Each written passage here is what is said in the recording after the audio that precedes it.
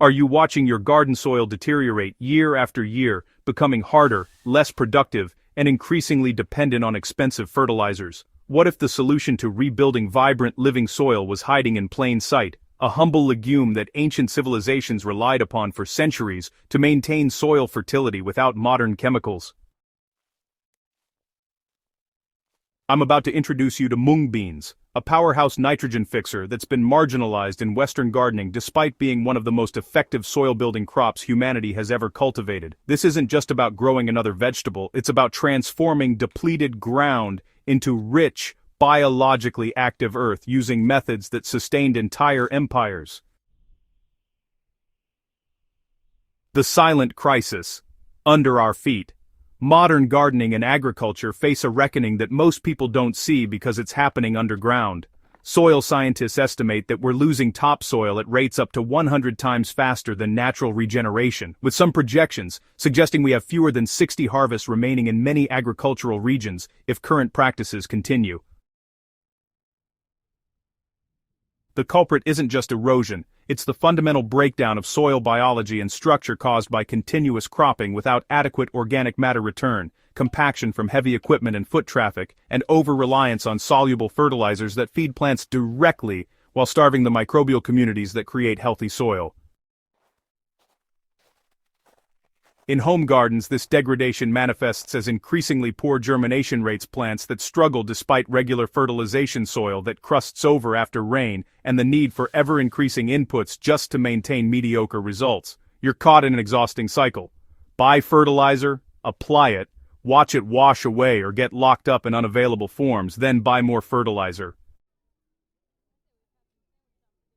Meanwhile, your soil's organic matter content continues declining, taking with it the water-holding capacity, nutrient buffering ability, and biological diversity that characterize truly productive Earth. The solution isn't found in bags and bottles, it's encoded in agricultural wisdom that stretches back thousands of years. Ancient farmers understood something we've forgotten in our rush toward industrial efficiency. Certain plants don't just grow in soil, they actively build it, leaving the ground richer than they found it. Among these soil-building crops, one stands out for its combination of effectiveness, adaptability, and accessibility to modern gardeners. Unearthing the forgotten gem, mung beans, known scientifically as Vigna radiata, represent one of humanity's oldest cultivated legumes, with archaeological evidence placing their domestication in the Indian subcontinent over 4,000 years ago.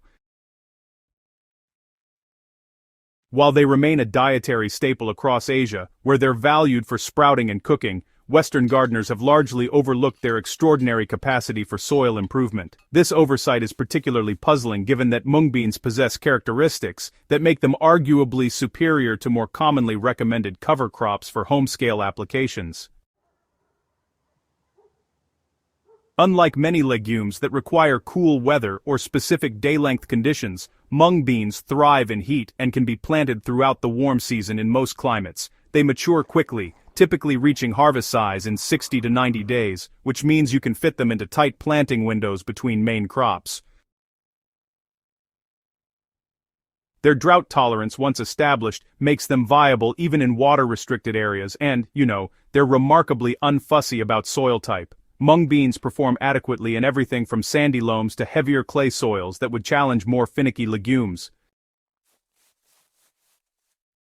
The historical significance of mung beans in maintaining soil fertility cannot be overstated. Ancient farmers in the Indus Valley Civilization rotated mung beans with grains, creating sustainable cropping systems that supported dense populations without degrading their agricultural base. Chinese agricultural texts from over 2,000 years ago describe mung beans as a restorative crop, specifically noting their ability to prepare fields for subsequent plantings. The magic of mung beans, like all legumes, centers on their symbiotic relationship with rhizobium bacteria that colonize nodules on their roots. These bacteria possess the remarkable ability to convert atmospheric nitrogen, which comprises 78% of the air, but exists in a form plants cannot use, into ammonia compounds that plants readily absorb.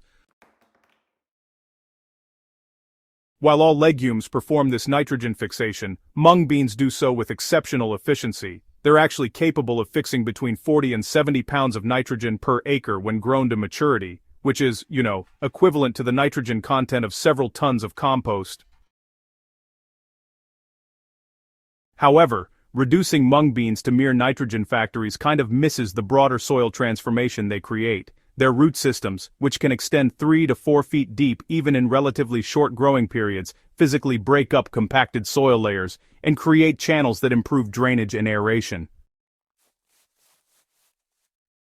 As these roots grow, they exude sugars, proteins, and organic acids into the surrounding soil, feeding bacterial and fungal communities that in turn make other nutrients available to plants. This rhizosphere effect extends several millimeters around each root hair, meaning a densely planted mung bean crop creates zones of intense biological activity throughout the entire soil profile. When mung bean plants are cut down and incorporated into soil, either at flowering or after harvest, they contribute substantial organic matter with an ideal carbon-to-nitrogen ratio for rapid decomposition. Unlike high-carbon materials like straw or wood chips that temporarily tie up nitrogen as they break down, mung bean residue decomposes quickly while releasing nutrients. The result is a pulse of biological activity as decomposer organisms multiply to process this fresh organic matter, and these organisms themselves become a nutrient source when they die, creating what soil scientists call the microbial loop that sustains long-term fertility. The structural improvements mung beans provide are equally valuable. Their roots host arbuscular mycorrhizal fungi, beneficial organisms that extend the effective reach of plant roots and produce glomalin, a sticky protein that binds soil particles into stable aggregates. These aggregates resist erosion, maintain structure when wet, and create the pore spaces necessary for both water infiltration and air movement.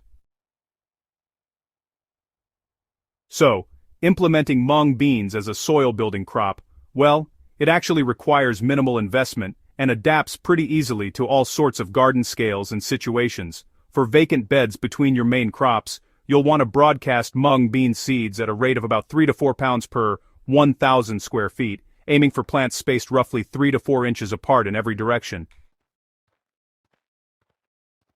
After that, just rake the seeds lightly to make sure they have good soil contact, then water thoroughly to get germination started and keep the soil consistently moist until the plants are established. Once they're growing vigorously, mung beans can actually tolerate quite a bit of drought, which makes them lower maintenance than a lot of other vegetables.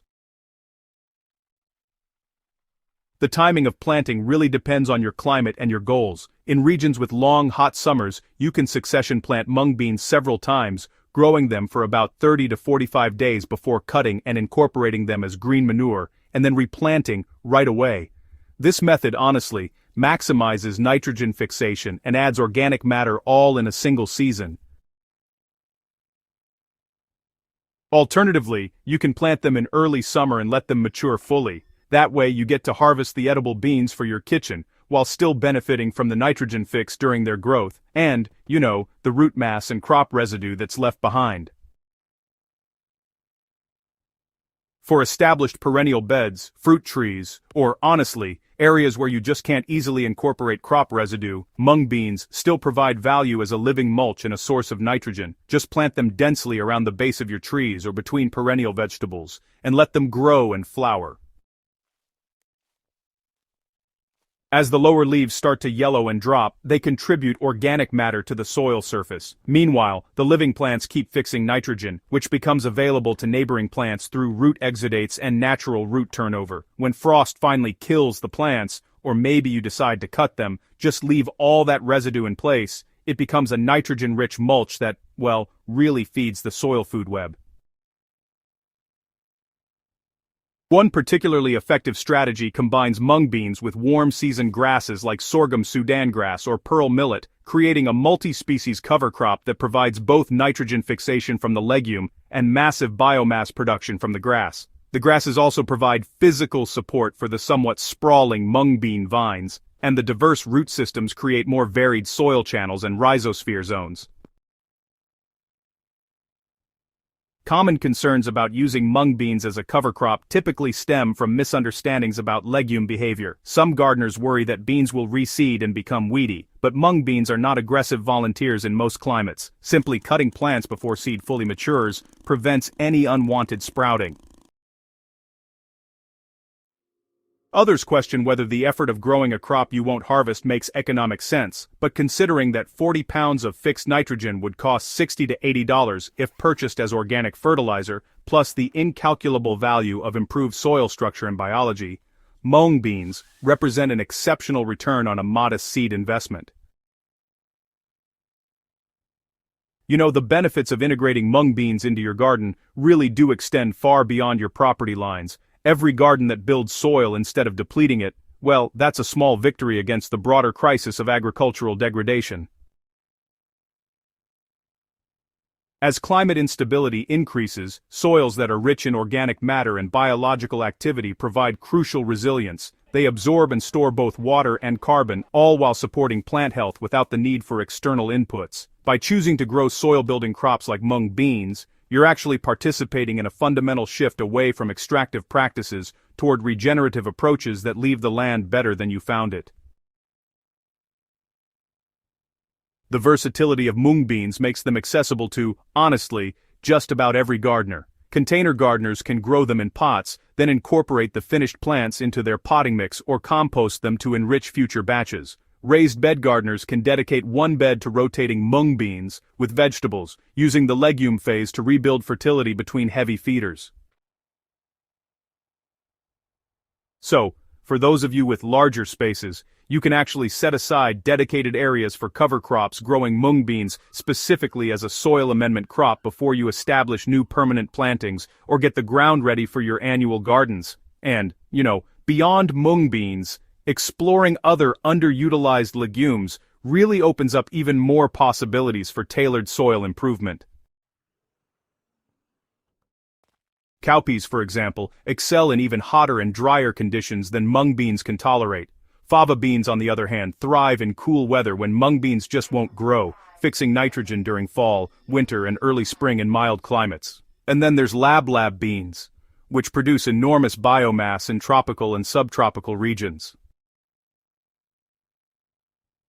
Each of these crops was absolutely crucial to historical agricultural systems, and honestly, each one offers modern gardeners specialized tools for building soil under specific conditions. The knowledge encoded in these ancient practices isn't outdated, it's timeless wisdom that modern science continues to validate and refine. Research into soil biology, carbon sequestration, and regenerative agriculture increasingly points toward the same conclusions our ancestors reached through observation and necessity. Healthy soil is living soil, and certain plants are partners in creating and maintaining that life. Mung beans represent one of the most effective and accessible of these partners, ready to transform your depleted ground into thriving earth. I encourage you to experiment with mung beans in your own garden this season. Start small if you're uncertain. Dedicate one bed or a corner of your garden to a trial planting, and observe the changes in soil texture, color, and plant performance in subsequent crops. Document your experience and share your results in the comments below, contributing to our collective understanding of what works in different climates and conditions. If you found this guide valuable and want to continue learning practical science-backed methods for building living soil, subscribe to the Living Soil Lab and share this video with gardeners ready to move beyond the fertilizer treadmill toward truly sustainable abundance. Together, we're not just growing plants, we're cultivating a future where healthy soil is the foundation of resilient gardens and thriving communities.